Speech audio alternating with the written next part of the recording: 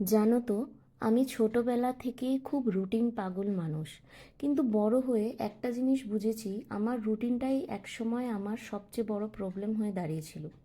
ছোটবেলা থেকেই আমি সব কিছু খুব প্ল্যান্ড থাকতো। প্রতিটা টাস্ক, প্রতিটা এমনকি প্রতিটা সময়, প্রতিটা মিনিটও। ধরো সকাল 5টা থেকে 6টা এক্সারসাইজ, 6টা থেকে 6টা 15 মেডিটেশন, তারপর 15 মিনিট জার্নালিং।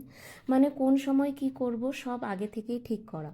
আর তখন আমার মনে হতো এভাবেই বুঝি প্রোডাক্টিভ থাকা যায়।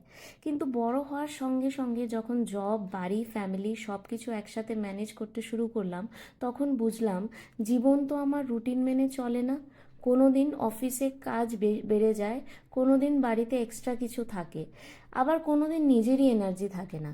আর তখন একটা প্রশ্ন আসতে শুরু করলো মনে, আমি কি সত্যিই টাইম ম্যানেজ করতে চাই, নাকি আমার দিনের ইম্পর্ট্যান্ট কাজগুলোকে ঠিকভাবে ম্যানেজ করতে চাই? সেইখান থেকেই আমার মাইন্ডসেট চেঞ্জ শুরু হলো। আর এরপর আমি কি চেঞ্জ করলাম নিজের মধ্যে, নেক্সট ভিডিওতে বলছি।